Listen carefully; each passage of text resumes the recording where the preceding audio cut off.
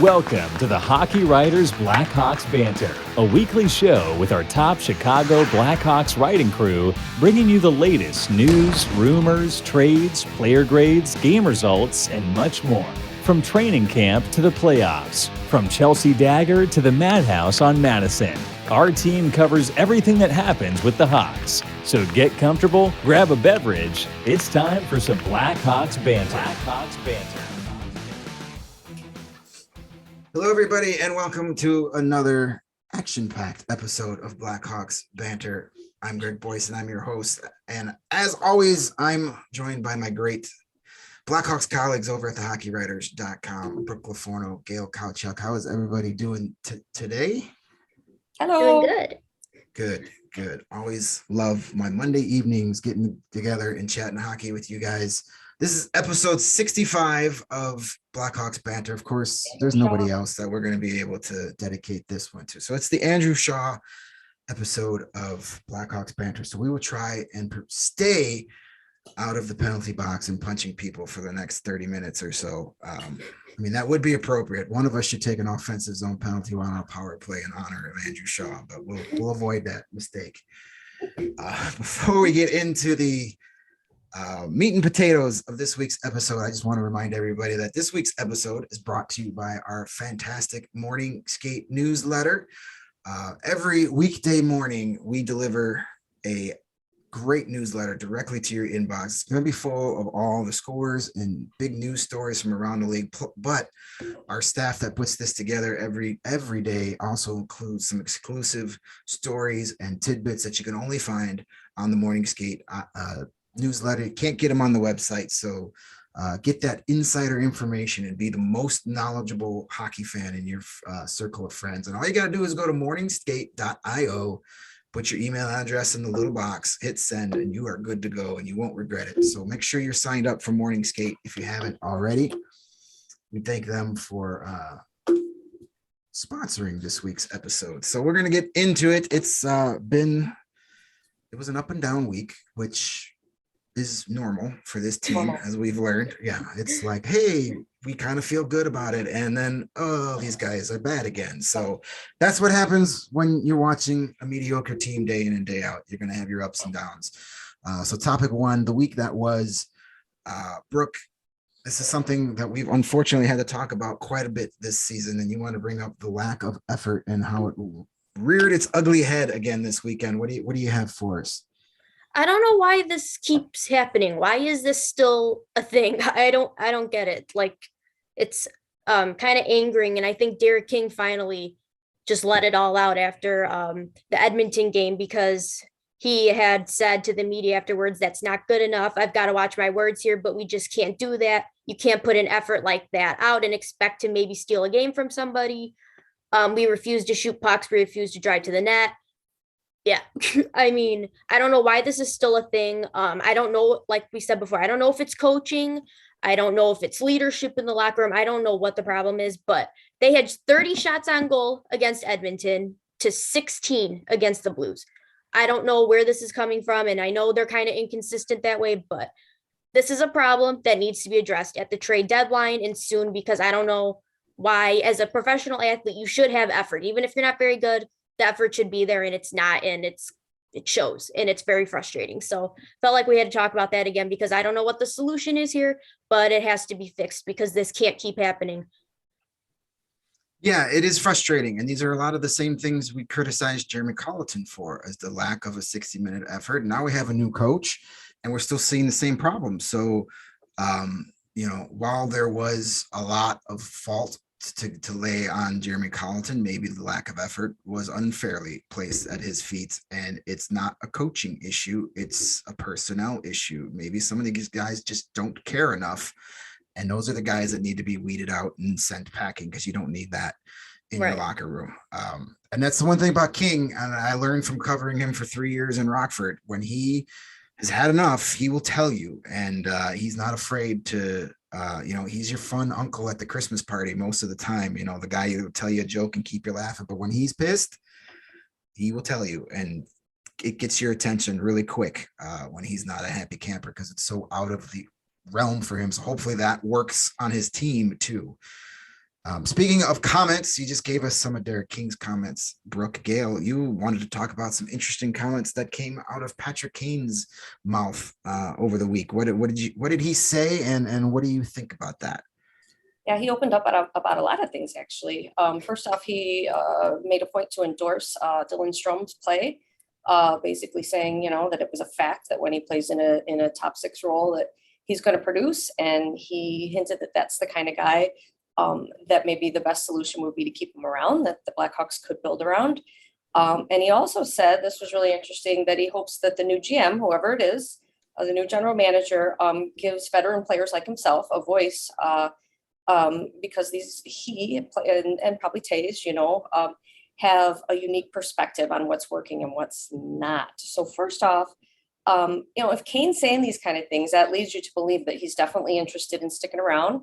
I think he's committed to Chicago. He's committed to this rebuild. He also hinted that he thinks it's a good, solid core and that the path to contending is sooner rather than later. And I know that he has to say that to some extent, but I also think that he's not going to put himself out there like that with those first two things without, really, really probably wanting to be a Blackhawk for life.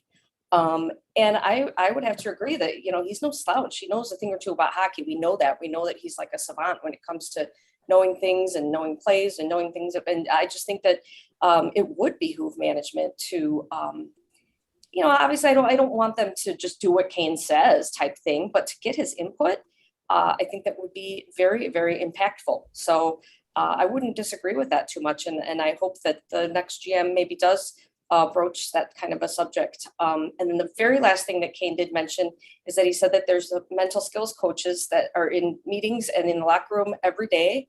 And they have, just recently been added like in July.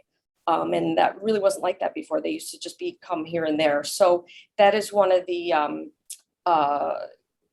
actual things that we see coming through from Jamie Faulkner and Danny Wirtz, basically trying to better the organization and work with that kind of thing. So some interesting, awesome, pretty cool comments from Patrick Kane. Yeah, definitely. It's nice to see a guy that, got to say it, that sometimes the way it's just a style of play. Sometimes you wonder, does he really care about being out there tonight? But when you hear these comments come out of him, he's invested, he wants to succeed, and it's good to hear. Not that, anybody should ever question his desire to win, but, the way when guys struggle, sometimes it's hard to pick up on that. So those comments were very, very good to hear and encouraging. So hopefully they are part of the process. You'd be, as you said, Gail, you'd be silly not to ask for his input. He's been around longer than anybody in this franchise, and he knows the type of players that not only makes him play well, but knows how to win championships. He's been around it. He's done it. So yeah, it'll be interesting to see how that plays out going forward over the next, next year is the final year of both him and Taves' contract. So it's going to be plenty to talk about between now and then for sure. You bet. I just wanted to give a little shout out during this segment of the week that was to the baby Blackhawks, the Rockford IceHogs. They had a real big weekend. They swept a home-and-home series against the first place division-leading Chicago Wolves, their big rival. They beat them 5-4 in Rockford on Friday night. They had a 5-1 lead and made things a little interesting. And then they beat them in a shootout 3-2 on Saturday night in front of a huge crowd at the Allstate Arena. And it's actually the fourth game this season, fourth straight meeting at the Allstate Arena that has gone to a shootout, and all four of them have been won by the IceHogs. The Wolves have the third best record in the entire AHL, but they have lost 7 of the 10 games played against the IceHogs this year. So the IceHogs have their number. They play so well against the best team in the league, and then they struggle against weaker opponents. So that sounds familiar. Yeah, well, hey, they are officially part of the Blackhawks organization. Yes. But some guys that stood out, guys that we've heard from before, we're here again. Ian Mitchell had a pair of goals, a goal in each game, including a beautiful one on the power play that was set up by Alec Regula. Michael Tepley had 2 goals on Friday night, and then he had the shootout winner on Saturday. He's a guy that's been kind of a forgotten prospect. He really struggled this year, but in the last month, he's been red hot.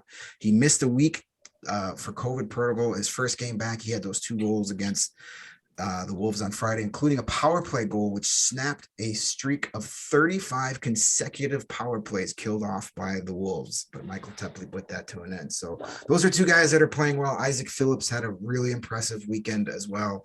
And of course, Lucas Reichel, is always a difference maker when he's on the ice. Just wanted to give the Piggies a shout out this week. They've been good work, and as they're pushing for a playoff spot. So the Blackhawks aren't going to be in the playoffs, but between the Wolves and the IceHogs, there's plenty of postseason hockey on our way, hopefully. Cool. All right, we'll move on to our second topic, and this is what Gail wanted to talk about in our preview post that hopefully you read over at the hockeywriters.com. You kind of wanted to do a little round of keep it or leave it and have each of us name one thing we liked from this past week that we want to keep going forward, and one we just want to throw in the garbage and then light that garbage can on fire.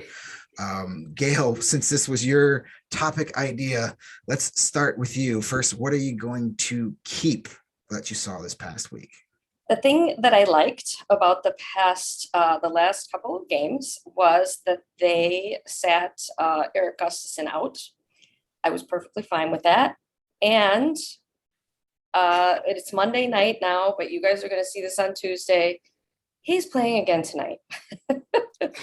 So we just can't win. But I don't really understand why that's happening.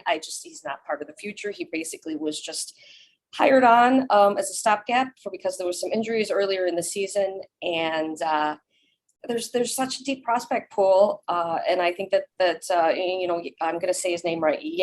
Jakob Galvus played the last 2 games. He picked up right where he left off with 3 really impressive games at the mid-January.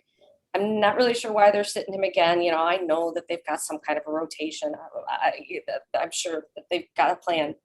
But then, you've got everybody else too. You got Wyatt Kalynuk, and he looked really good last year and hasn't really gotten a shot this year. He's only played 5 games.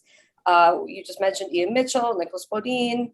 I do see them staying in Rockford, especially because you mentioned that playoff push. But I really like the idea of them kind of getting sprinkled in and getting some time in the NHL, especially here at the end of the season when the games aren't as important and they can kind of learn and grow from it. So I wanted to keep Gustafsson out. We'll see if that happens a little bit more moving forward. For me, the thing that's not working lately is, let's just face it, I just don't think the center thing is working out with Kirby Dach. 33.8 success rate in the faceoff circle. That's not good. And there's a lot of things that we really like about Dach. He's strong and he's physical and he's got a ton of skill, good hockey IQ. But he just hasn't lived up to the expectations that we've expected of him. And I think maybe there's just too much pressure. I would really like to see him move to the wing so that he just has some of that pressure taken off of him. So perhaps when Jonathan Toews comes back, I heard he's skating again. Or maybe when Tyler Johnson comes back also from his neck surgery, I think he's supposed to come back beginning of March. Experiment with Dach on the wing, and maybe he can kind of come out of his shell a little bit and develop a little bit better without so much pressure. Yeah, those are both good points, Gail. Very good points. I don't have to tell you how I feel about Erik Gustafsson. We've gone over that ad nauseum. My only hope is that they're maybe trying to showcase him for a trade. Maybe hope he has a couple of good games, get some points. But he in any scenario, he should never be playing ahead of a guy like Galvas or Kalynuk. It's just counterproductive. But yeah, it is what it is. And yes, Dach at wing might not be a terrible idea, especially when they get those 2 guys back. Confidence will go a long way for a player who's been struggling and under a lot of pressure. Maybe he can get that confidence at the wing where there's not so much defensive responsibility. He's not thinking so much. A hockey player is at his worst when he's thinking too much. Just go out and play, be instinctive, play the game, let it come to you. Maybe he needs that a little bit. 2 very, very good points, Gail. Brooke, keep it and leave it. What did you see this week? So for keep it, I keep Haan and Jones together on the top defensive pairing unit. And I know that might sound weird, But when I look at the lineup, I know that they kind of get shuffled. The defensemen do between shift by shift. You don't know who's playing with who. But the last 2 games, he did keep Jones and Haan together. And I kind of like that pairing. I don't know. There's something about it that seems kind of very steady to me. I know that like McCabe and Haan have been together, Murphy and Jones, that kind of thing. But I just think they complement each other really well. I'm like Gail. I like Haan a lot. I do think he doesn't get the credit that he deserves. He is more of a defensive defenseman, while Seth Jones is more of an offensive defenseman. So I don't know. I think it's a good compliment there. I don't mind it. It's not perfect by any means, but for now, I kind of like it. I don't mind it at all. For Leave It, I do not like Dominic Kubalik on the first line right now. I understand that he technically is probably a top 6 player, but there's something about him on the top line that I don't like. And with Taze out, I know it's hard to kind of find a spot for him where he has really good chemistry with someone, because he does have that with Taze, but I don't see it with Kane and Strome. And I don't think Kubalik and Kane have really ever had good chemistry. It's not a knock on them. I just don't think they mesh well together. And I know he's done well with Hagel and Kurashev, so maybe kind of switch him out on the second and third lines maybe, but I just not seeing it on the first line. I don't think that's going to be a successful line. Yeah, hard to argue either of those points. The Haan's been a warrior, and maybe putting him on that top defensive pairing has an ulterior motive too, that, hey, look at him. He's playing on our top pairing. He's really good. Give us a higher draft pick when you call us to trade for him at the deadline. And then Kubalik, Kane seems to do better when he's got a guy that can create space on the ice for him, and Kubalik is not that guy. Kubalik is Patrick Kane on the left side. He just wants to shoot. So, you know, that doesn't make a whole lot of sense there either. I get you're probably trying to do it to kind of maybe get him going, because it's been a lost season as far as he goes. So maybe that long-term contract a lot of people wanted to get him signed to last year, that bridge deal is looking better and better as we go along. Hopefully this is a 1-year fluke, but we'll see what it's going to take to get him going. For this topic, I wanted to keep Dylan Strome exactly where he is. We've been talking about him, it seems, forever, and his struggles, but we've all said numerous times that, hey, how about you put him in a position to succeed and see what happens? And even Patrick Kane said what we've been saying. It's amazing what happens when you put a top 6 quality player with other top 6 quality players. He had a really good weekend. He's on the top line with Kane and Kubalik. I'd prefer to bring Kit there. Just put those 3 on the same line and let it go. Or Hagel, sure, it works. It's a proven track record. Just let it go. Don't mess with it. He's been on the top power play unit as well, and he performed. He had a power play goal and an assist in Edmonton. He had the only goal against St. Louis, and he's become a really good face-off guy all of a sudden. It's been ridiculous what he's done this season. It's been he had 3 of his last 5 games. He's won over 60% of his faceoffs. So there's hope for Kirby Dach. Whatever Dylan Strome's been doing this year, for Christ's sake, sit after practice and do the same thing with Kirby Dach. Because yellow Gatorade, man. Whatever it is, I'll buy the first case. Just make it happen. Kudos to Dylan Strome. This has had to be a tough 1.5 years for him, and he's never wavered. He's never had a bad attitude. He was dealt a really crappy hand to start this season. He's made the best of it. And now he's gone from a guy that, why haven't we traded him yet, to maybe we should keep him around and build around him, because the price is right. He's not overly expensive and he's still really young. So kudos to Dylan Strome. Keep him where he's at. And my leave, I mentioned this a little bit last week, but for the love of God, do we need to start Marc-Andre Fleury every single game? We need to give the poor man a break. And then, it's insane. This is a guy that is your biggest trading chip heading into the trade deadline. If you're going to get into the first round again, it's going to be from a Marc-Andre Fleury trade. So let's not wear him down to where his numbers start to take a hit and his value goes down. We're already seeing that.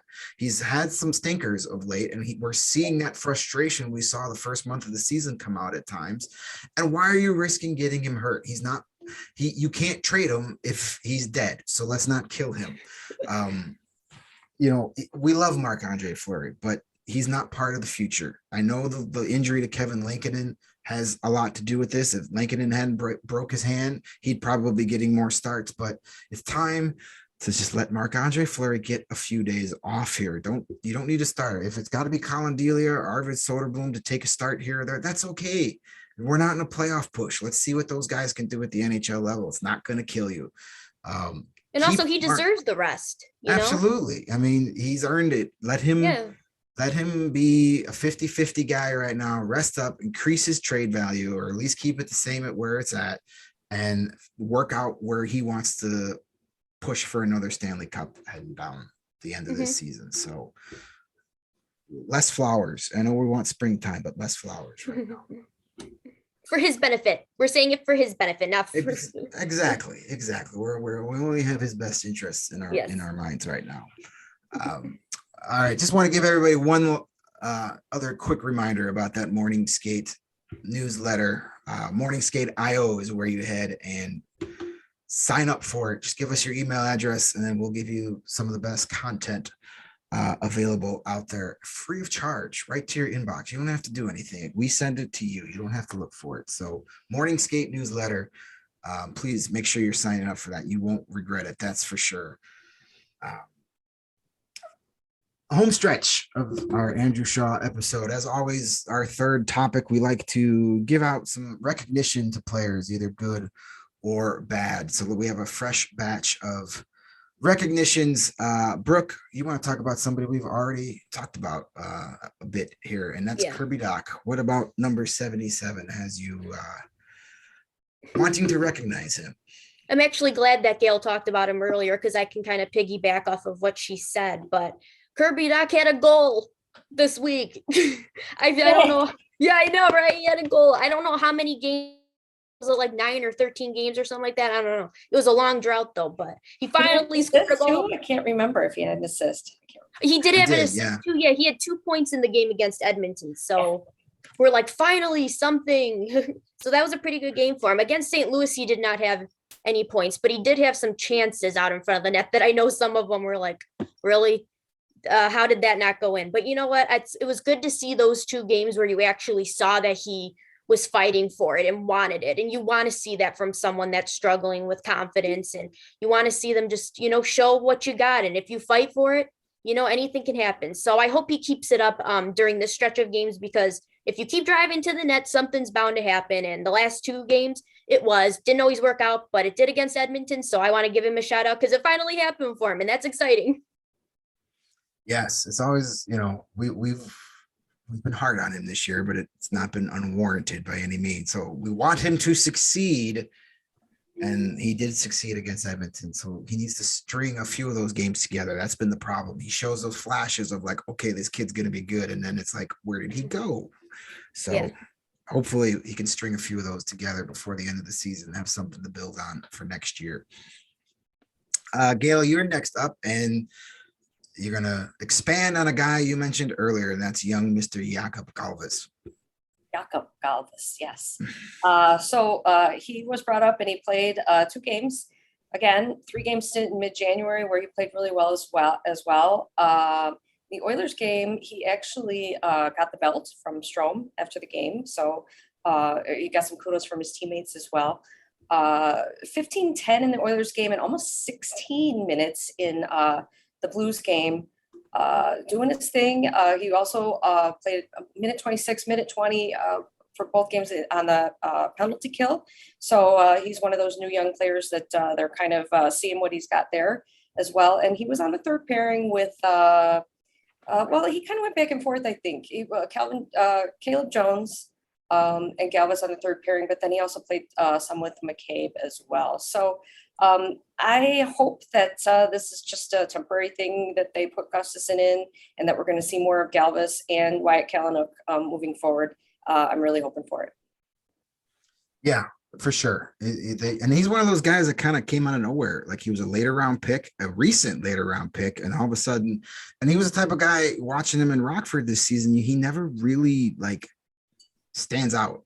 But as a defenseman, that's not a bad thing. That's what you want, yeah. Right. You when you play that position, you get noticed for either doing something really good or doing something really bad. But when you don't notice you're there, you're just doing your job. And that's what he does. He does his job and he does it well. And he's one of these building blocks we have to look forward to now.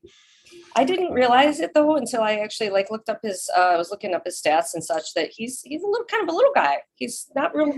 It's like 5'11" or something. So Yeah, but hey, yeah. he's making it work. But So it's not as uncommon as we've said. I know you like, and I know it's the standard. You want your 6'4", 6'5" Brent Seabrook type defenseman, but the league is kind of moving away from that. Lots of guys have proven you can be under 6 feet tall and still be effective playing defense. So lots to look forward to on the Blackhawks defensive unit. Lots of quality young talent at that position. I'm going to stay at that position. My recognition this week is going to go out to Seth Jones. Not necessarily for anything he did on the ice. I mean, he did have an assist in the Edmonton game.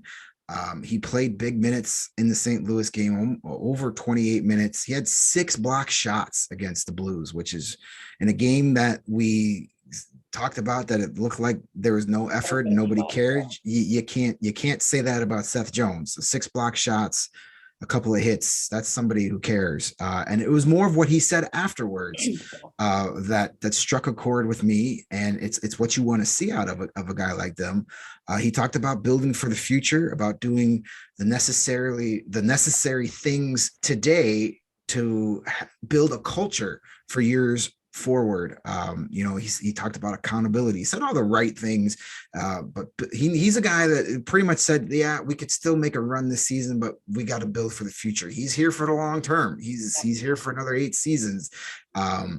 And he basically said whatever we can do to finish out the season to build for the next is what we need to do. And this was direct quote from him that really stood out. He says it just starts with accountability, knowing that everyone is going to do the right thing every time we're on the ice, playing for each other, blocking shots, protecting our goalie, things like that. It's the little things that can help a team come together and bond. So Jonathan Toews is out. We don't know when he's coming back.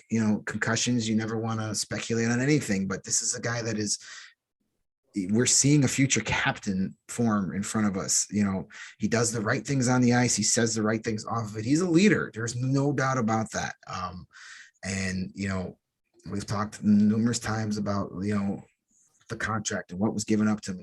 And he's struggled at times this season, but I think he's been as good or better than advertised for the season and going forward. I mean, he's a guy that is a future captain. I think he'll have a C on his jersey at some point during the span of that 8-year contract. 19 isn't going to be here forever, and Jones is invested and he's going to be here. So he might be the next guy to get that C. And I think he could do a heck of a lot worse than trusting Seth Jones with the captaincy down the road. He has been refreshingly honest all year long since the second he was signed. And that's really nice to see. I've always appreciated his honesty. Yeah, absolutely. Yeah. Yeah. He's been almost better off the ice than on the ice as far as those things go. And that's the stuff captains are made out of, the guys that aren't afraid to answer the tough questions and give you something more than just the same tired old hockey cliches. So good stuff from Seth Jones. I just wanted to give him a shout out. I know I've been dubbed Seth Jones #1 fan, but he's earned it. He's earned it. All right. So we're going to end our episode here the same way we've been doing for the last few weeks. It's our fun shootout round. We're going to get some rapid fire questions and answers here, try and predict the future. So we got 4 weeks. This is going to be a busy week coming up. We're going to have a lot more to talk about when we get together for episode number 66. We've got 4 games this week, I'm including the Monday night game at the Winnipeg Jets because we're recording this before that game even faces off. You'll be watching it afterwards. We're going to include Monday's game. So we got Monday at Winnipeg and then 3 straight home games. Thursday against the Blue Jackets. The Stars are in town on Friday night, and then Sunday, those pesky Florida Panthers. So tough week ahead. 8 points up for grabs. We always ask it, how many points are the Blackhawks getting this week? Gail, we'll start with your prediction. Okay. I think I'm going to go with, out of 8 points, 5. I think that's pretty optimistic with 5. All right. Gail is always our beacon of optimism here on Blackhawks Banter. Brooke, what do you think for a point production? I'm not good at this, but do you know what? I'm gonna go 6 actually, and I know that's really optimistic, but Winnipeg is kind of so I'm not really counting that one. But they're always have done well against the Blue Jackets in Dallas, and I'm gonna say against Florida because they're at home. The Blackhawks are at home, and Florida has done terrible on the road this year, so they might actually get lucky. I think this week. I hope so. I'll go with 4. I'll go with a up down week because that's kind of what the track record is at this point. So I think the safe bet is 4. I'm going to go with the safe bet. I made all my crazy bets on the Super Bowl. I'm playing it safe this week. So we got 4 games. So who's going to lead the Blackhawks? Who's going to score the most goals this week? Brooke, we'll start with you. I'll go Dylan Strome this week because he's making it hard not to say him. That's a good pick. Gail, what do you have? Yeah, I kind of had a hard time with this one. I'm like, I don't know, because like nobody's hot right now except for Dylan Strome. So that was my pick too. All right. I was gonna go Strome too because as you guys mentioned, he's the only guy scoring. So we'll go clean sweep for Dylan Strome. Where have we come from? I know. Okay, but wait, we should just give a shout out to Brooke because last week she predicted 5 goals in the last 2 games. And they had 5 goals, 4-1 against Edmonton, and then 5-1 they lost. Yep. So 5 goals. I said 7, and I was so excited after the Edmonton game. And I thought I'm on a roll. Yeah, I'm on a roll, guys. There you go, Brooke. Brooke. Open up that DraftKings account. You know what you're doing. Start getting paid for it. All right. Goals. We all think Dylan Strome's going to get the most goals. Who's going to get the most points over these next 4 games? Goals and assists combined. Gail. Okay. The most points. I'm going to stick with Kane. He's so good with the assists. So Kane. Brooke, what do you have? Me too. Kane's the one feeding Strome lately, so hard to pass that up. Uh-oh. Right. No, I'm gonna say Alex DeBrincat because he actually had a couple assists the other night. He's picking up some assists all of a sudden, and he hasn't scored in a couple games, so that means he's due for like a hat trick real soon. So maybe like 3 or 4 goals and another 3 or 4 assists over the next couple games. I'm gonna go with Alex DeBrincat. All right, question number 4 of the shootout round. We're gonna go off the ice for this one. Is this the week the Blackhawks finally name their general manager? They keep interviewing guys, but we're not getting any action. Brooke, do we get a GM by the time we get back together? No, I don't think so. Gail, what do you think? Me neither. They're dragging their feet. Yeah, I'm gonna say I hope so because you got 5 weeks to the trade deadline. So at some point you got to get somebody in there. And if you're just going to give it to Kyle Davidson, then what the hell are we even doing with all this nonsense? So I say I hope so, but probably not. But the sooner the better. Anytime you guys want to do it, that'd be cool. And finally, our last question. We're going to have a little fun with this. We're recording on Monday. You're going to watch it on Tuesday or later, but we're recording on Valentine's Day. So I decided to have a little fun with the last question. And who is your all-time Blackhawks Valentine? What player did you love the most? Gail, we're going to start with you, even though I think I know the answer to this. I feel like I do too. Well, I didn't realize it was all time. Oh. And I was you can give us both all time and currently. We'll allow it. It's a holiday. I'll allow it. I think I will because when I didn't know it was all time, I was going to say that Connor Murphy has really become an endearing figure. He's just seems like a wholesome, honest guy. You talked about Seth Jones. Given the right answers, I think he's a leader. And I think that he's really endeared himself to the fans and he's a good guy and he wears the 8. But all time, oh, for goodness sake, Nicholas Jomerson, woohoo, number 4. Seth Jones, you will never be the same number 4 as Jomerson. Oh, God, we're back to that again. Well, we knew there was going to be some Swedish love coming out from Gail today. Brooke, who is your Blackhawks Valentine, either current, former, or both? Do you know what? For the sake of this season, I'm going to go current because my all-time is probably Kane. But to make it more interesting, I'm going to say Fleury because that man is just everything is advertised and more. And if he leaves at the trade deadline, it's going to hurt. But he's been a backbone for the Blackhawks all season. So he's my Blackhawks Valentine, I guess. That's a good one. That's it, definitely for sure. If I was going to pick a current one, I'd probably go with Fleury too, just because I mean, he's lovable. Look at him. He's always smiling. So, Yes. I mean, and his family is adorable. You know, there's a lot to like there. But I'm going to go my all-time favorite Blackhawk is Steve Larmer, but he's not the one I loved the most. My most beloved Blackhawk, my Blackhawk Valentine, this may surprise you, is good old number 36, Dave Bolland, the Rat. I love Dave Bolland. He was the epitome of, the instigator. Like, Brad Marchand may score more goals than Dave Bolland, but he can't hold a stick to Dave Bolland's rat skills. He was the best. He could get under people's skin. Just ask the Sedins, just ask anybody in Vancouver.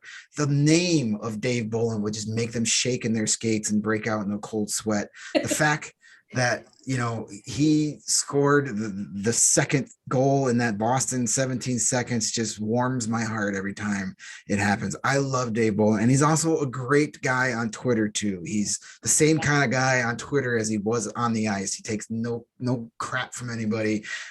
He will dish it out and take it. Dave Bolland is the GOAT of Valentine Blackhawks. I love me some Dave Bolland. So if somebody wants to tag him in this so he can see it, and a Dave Bolland shout out on Twitter would just cap off my week. Yes. Yeah, absolutely. Let's do it. Dave, we'd love to talk to you. Yes. We might have to get a dump button though, for the censors if we got him on here. True. All righty. That is going to wrap up our 65th episode of Blackhawks Banter. It's always a pleasure to talk to Gail and Brooke every week, and we're going to do this again next week. So make sure you're tuning in, whether you're watching on YouTube or you're getting this wherever your favorite podcasts are consumed. Make sure you're liking, following, subscribing so you never miss an episode of Blackhawks Banter or any of our great shows we got all across the Hockey Writers Network. And please make sure you're signing up for that morning skate newsletter. I mean, we've mentioned it a lot for a really good reason. What are you waiting for? Sign up for it. You won't regret it. And that will wrap up our episode for myself, Gail, and Brooke. Thank you guys for tuning in. We really appreciate it. Stay safe out there. Enjoy the busy week of Blackhawks hockey, and we'll meet you right back here next week to talk more Blackhawks.